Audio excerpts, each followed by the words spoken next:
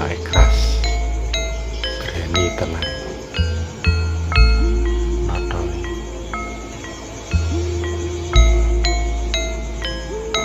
kayak biji noton.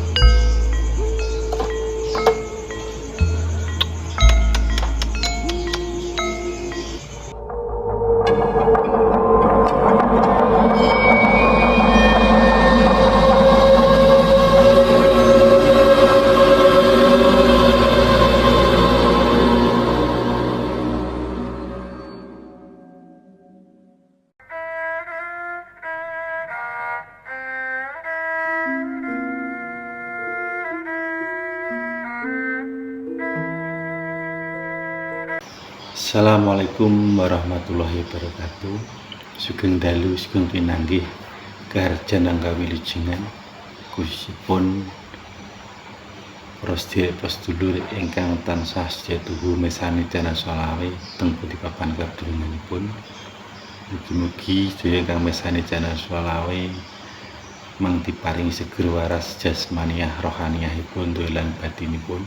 Lan mugi ingkang mesani channel Solawe mang diangkat kamulyan derajat lan pangkatipun, lan mugia dipun gampelaken sedaya urus-urusanipun, lan mugia dipun tambahi rezeki yang kathah mlimpah ruah krana ridhanipun Gusti Allah. Amin ya rabbal alamin.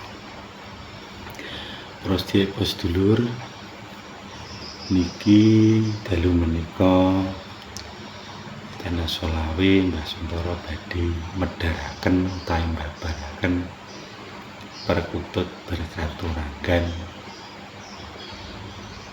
Sangga Buwana.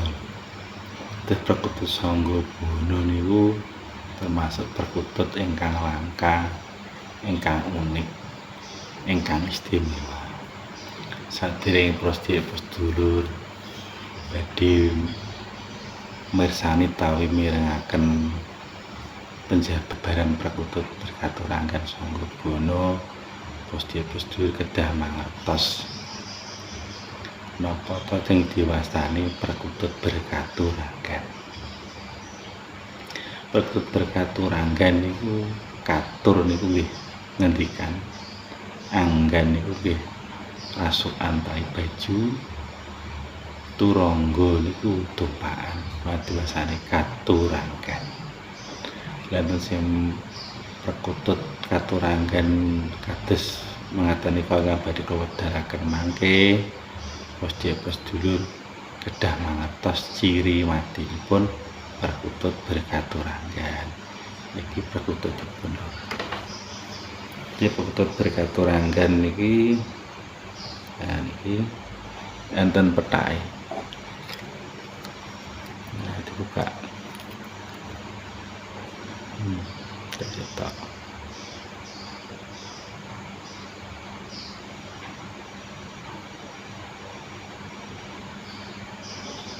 Dan satu helai putih pas di leher.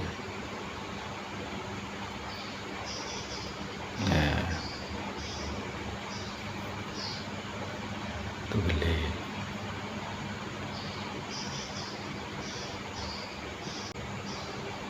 Nah, diwastani katurangan Sangga Buwana.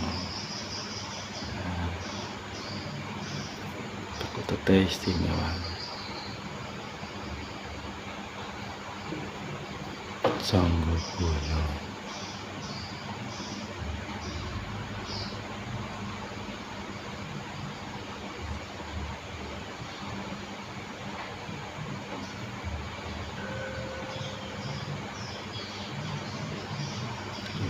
Ciri matine Sangga Buwana niku enten petake teng leher, teng pangkal leher.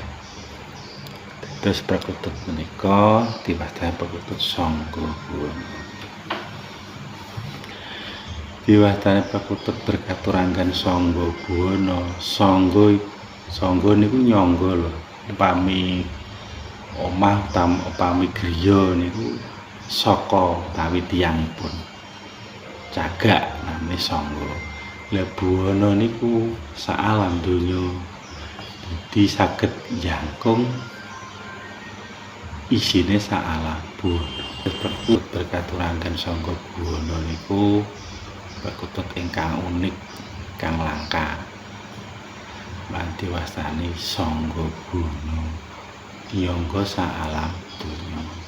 Dadi perkutut menika perkutut kewibawaan, kerejekian, pagergaib prisa diri kangge kemuncaran saged gampelaken sedaya urus-urusanipun bebaya napa kemawon kang nyandang kesripan napa kemawon paling salah saged saged dibenahi.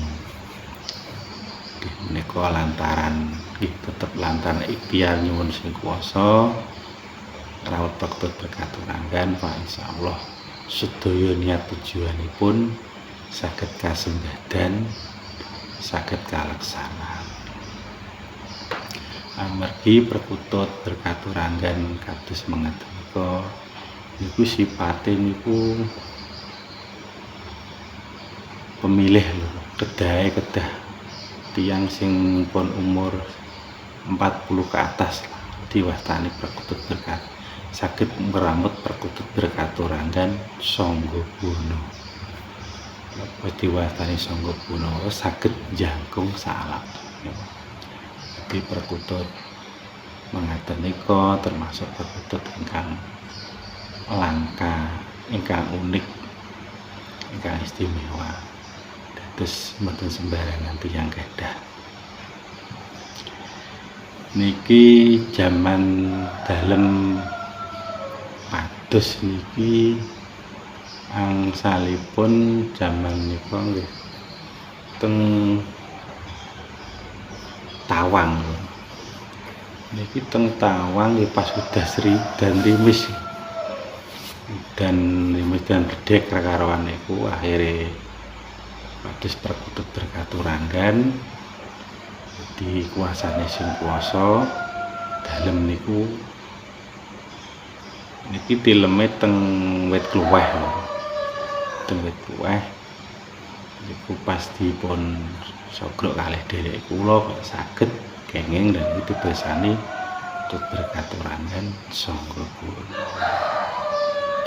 Kutute istimewa, unik, terpetake. Dua ekor. Ya, perkutut ingkang langka kang unik. Dados para sedulur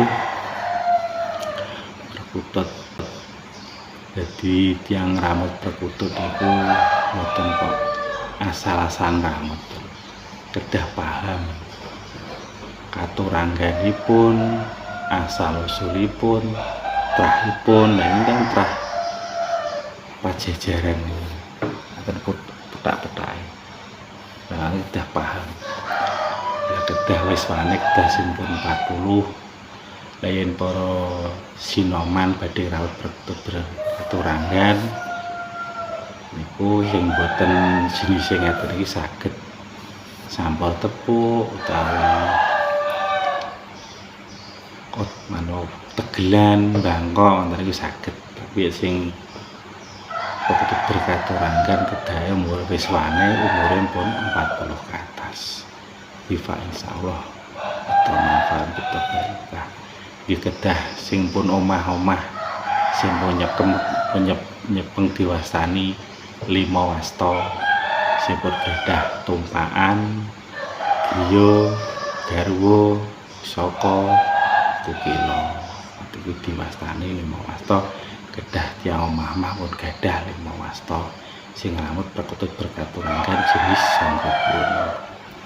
Sangga buana niku yen kasatriyane niku jaman riyin perkutut niku sangga ratu, satira pinayongan, satira wilis, sangga buana. Dadi niki sepuh dinyangga satira wilis, satira pinayongan, nembe sangga ratu.